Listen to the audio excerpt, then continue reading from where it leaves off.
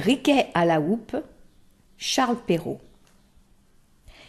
Il était une fois une reine qui accoucha d'un fils si laid et si mal fait qu'on douta longtemps s'il avait forme humaine. Une fée qui se trouva à sa naissance assura qu'il ne laisserait pas d'être aimable parce qu'il aurait beaucoup d'esprit. Elle ajouta même qu'il pourrait, en vertu du don qu'elle venait de lui faire, donner autant d'esprit qu'il en aurait à la personne qu'il aimerait le mieux.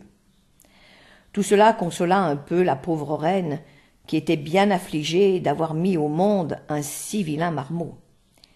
Il est vrai que cet enfant ne commença pas plutôt à parler, qu'il disait 1000 jolies choses, et qu'il avait dans ses actions je ne sais quoi de si spirituel qu'on en était charmé.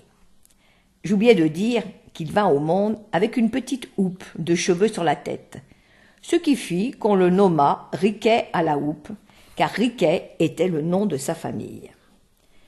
Au bout de 7 ou 8 ans, la reine d'un royaume voisin accoucha de 2 filles. La première qui vint au monde était plus belle que le jour. La reine en fut si aise qu'on n'appréhenda que la trop grande joie qu'elle avait ne lui fit mal. La même fée qui avait assisté à la naissance du petit Riquet à la houppe était présente, et pour modérer la joie de la reine, elle lui déclara que cette petite princesse n'aurait point d'esprit, et qu'elle serait aussi stupide qu'elle était belle. Cela mortifia beaucoup la reine, mais elle eut quelques moments après un bien plus grand chagrin, car la seconde fille dont elle accoucha se trouva extrêmement laide. « Ne vous affligez pas tant, madame, lui dit la fée. Votre fille sera récompensée d'ailleurs, et elle aura tant d'esprit qu'on ne s'apercevra presque pas qu'il lui manque de la beauté. »« Dieu le veuille, répondit la reine. Mais n'y aurait-il pas moyen de faire avoir un peu d'esprit à l'aînée qui est si belle ? » Je ne puis rien pour elle, madame, du côté de l'esprit, lui dit la fée, mais je puis tout du côté de la beauté. Et comme il n'y a rien que je ne veuille pour votre satisfaction, je vais lui donner pour don de pouvoir rendre beau ou belle la personne qui lui plaira.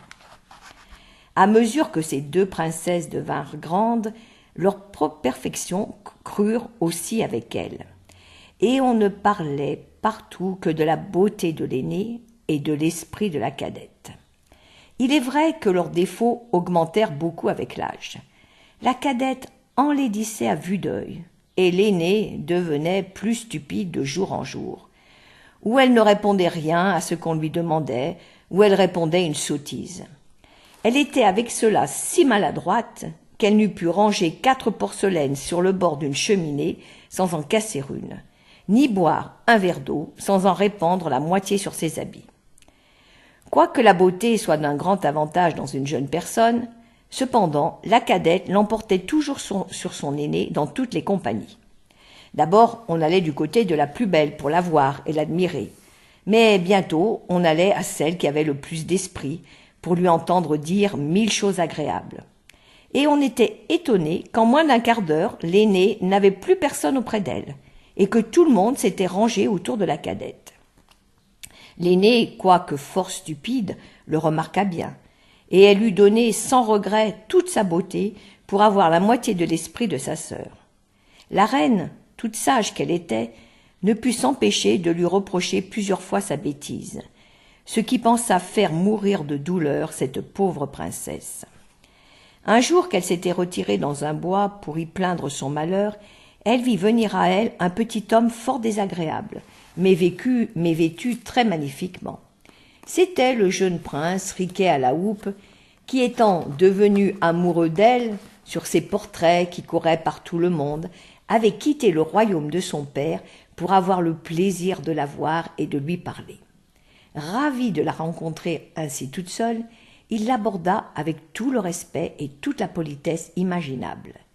Ayant remarqué, après lui avoir fait les compliments ordinaires, qu'elle était fort mélancolique, il lui dit « Je ne comprends pas, madame, comment une personne aussi belle que vous l'êtes peut être aussi triste que vous paraissez. Car quoique je puisse me vanter d'avoir vu une infinité de belles personnes, je puis dire que je n'en ai jamais vu dont la beauté approche la vôtre. » « Cela vous plaît à dire, monsieur, lui répondit la princesse, et elle en demeura là.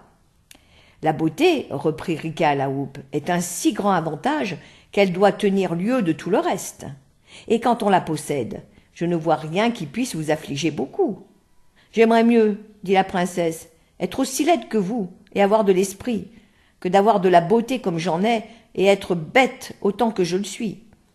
Il n'y a rien, madame, qui marque davantage qu'on a de l'esprit que de croire n'en pas avoir.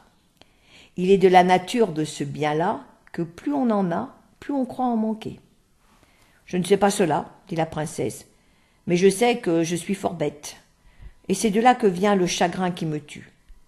Si ce n'est que cela, madame, qui vous afflige, je puis aisément mettre fin à votre douleur. Et comment ferez-vous, dit la princesse.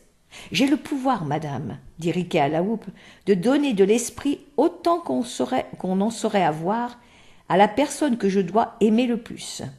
Et comme vous êtes, madame, cette personne, il ne tiendra qu'à vous que vous ayez autant d'esprit qu'on peut en avoir, pourvu que vous vouliez bien m'épouser. La princesse demeura tout interdite et ne répondit rien. « Je vois, reprit Riquet à la houppe, que cette proposition vous fait de la peine, et je ne m'étonne pas.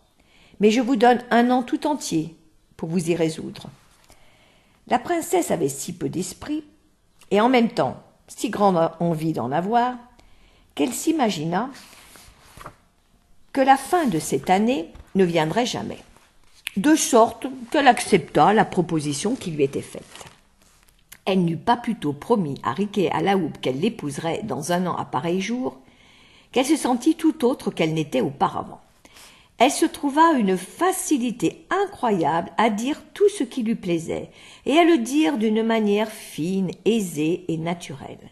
Elle commença, dès ce moment, une conversation galante et soutenue avec Riquet à la houppe, où elle babilla d'une telle force que Riquet à la houppe crut lui avoir donné plus d'esprit qu'il ne s'en était réservé pour lui-même. Quand elle fut retournée au palais, toute la cour ne savait que penser d'un changement si subit et si extraordinaire. Car autant on lui avait ouï dire d'impertinence auparavant, autant lui entendait-on dire de choses bien sensées et infiniment spirituelles. Toute la cour en eut une joie qui ne se peut imaginer. Il n'y eut que sa cadette qui n'en fut pas bien aise, parce que, n'ayant plus sur son aînée l'avantage de l'esprit, elle ne paraissait plus auprès d'elle qu'une guenon fort désagréable. Le roi se conduisait par ses avis. Il allait même quelquefois tenir conseil dans son appartement. Le bruit de ce changement s'était répandu.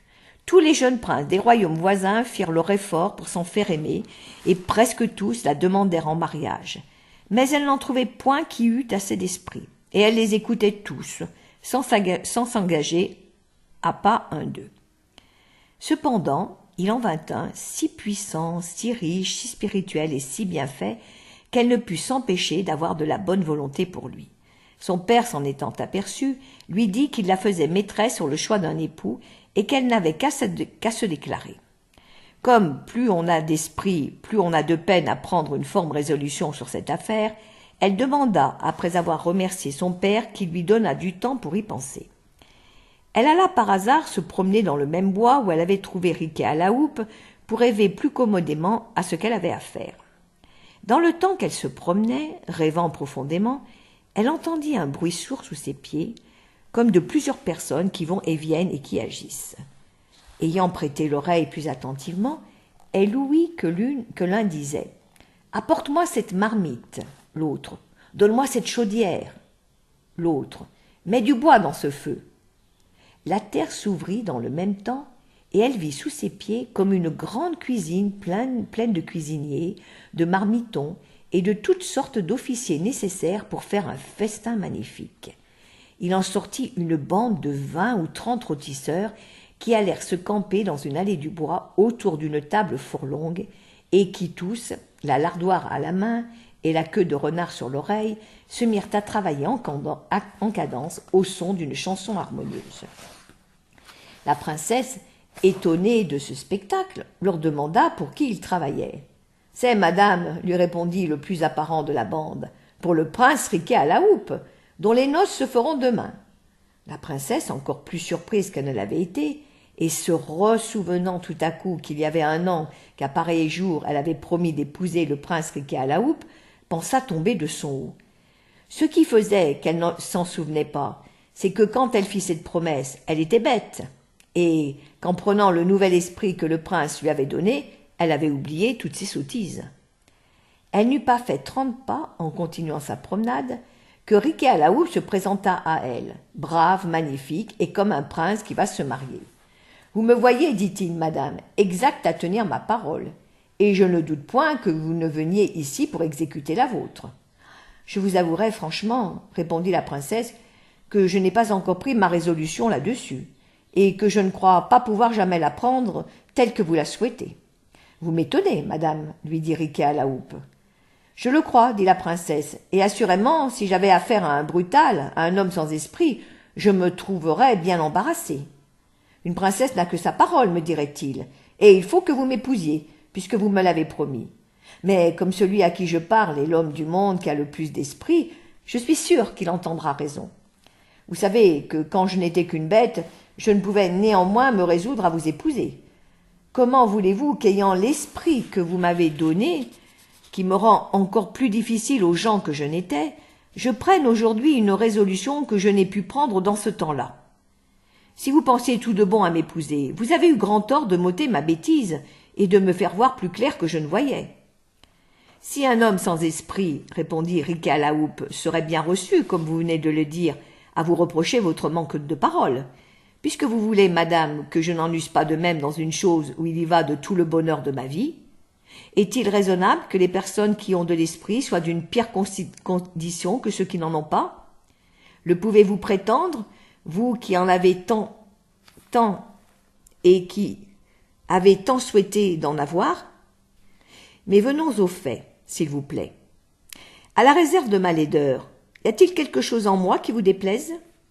Êtes-vous malcontente de ma naissance, de mon esprit, de mon humeur et de mes manières? Nullement, répondit la princesse. J'aime en vous tout ce que vous venez de me dire. Si cela est ainsi, reprit Riquet à la houppe, je vais être heureux, puisque vous pouvez me rendre le plus aimable des hommes.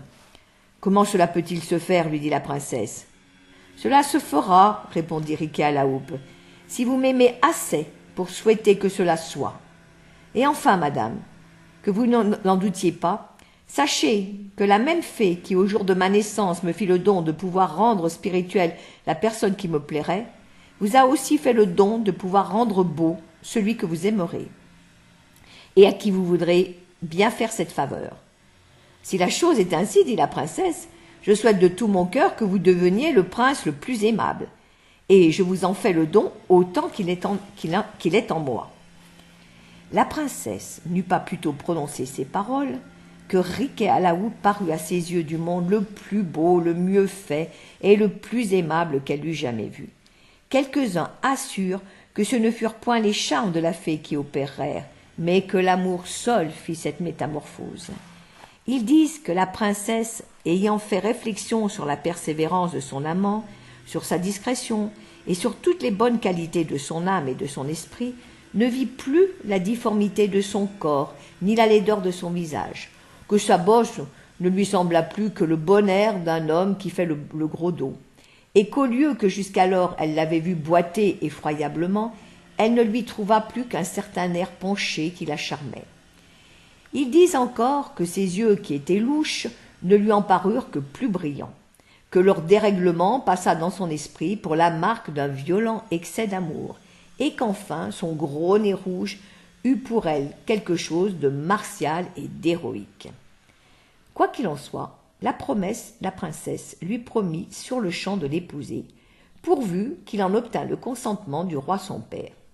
Le roi, ayant su que sa fille avait beaucoup d'estime pour Riquet à la houppe, qu'il connaissait d'ailleurs pour un prince très spirituel et très sage, le reçut avec plaisir pour son gendre. Dès le lendemain, les noces furent faites, ainsi que Riquet à la houppe l'avait prévu, et selon les ordres qu'il en avait donnés longtemps auparavant.